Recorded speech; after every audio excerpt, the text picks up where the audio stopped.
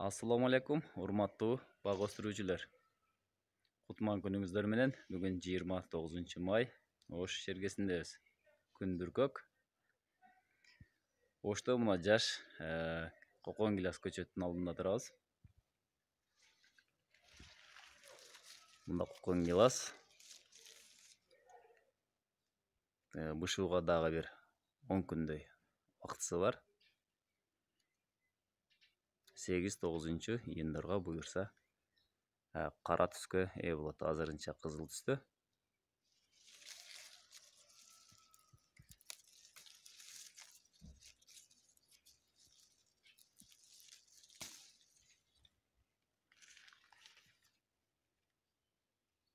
Мынакей.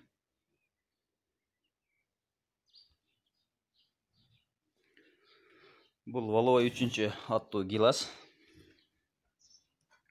Дегустикасы катуу, экспортко ылайыктуу, транспорт менен ташууга өтө жакшы чыдамга келет. Мына алдыбызда коланын капкагы турат. Дүйнөдө мына ушул гиластар калибр менен эсептелет. Кытай 28 мм жогору алат, Россия 30, Европада 32.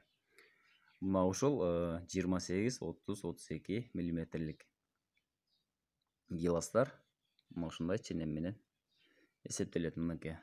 Мына коланын капкагы 32 диаметрлүү болот.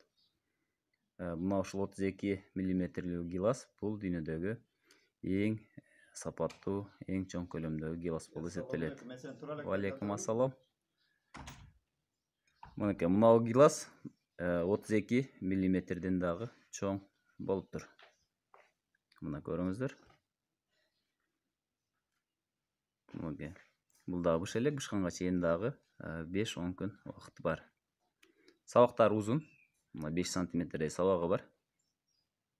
Эгер мына ушундай чоң гилас жетиштире турган болсоңуздар, буну кымбат баага сатууга болот. Мында да чоңоюшу мүмкүн. Бул майдараак, мынакей. Колага салыштырганда бир аз бул 28 калибр болушу мүмкүн. Мына достор, эгер гилас жетиштире турган болсоңуздар, анда мына ушундай көлөмдө жетиштиришиңиздер керек болот. Сиздер менен Бак Өстүрүү Кыргызстан каналы болду.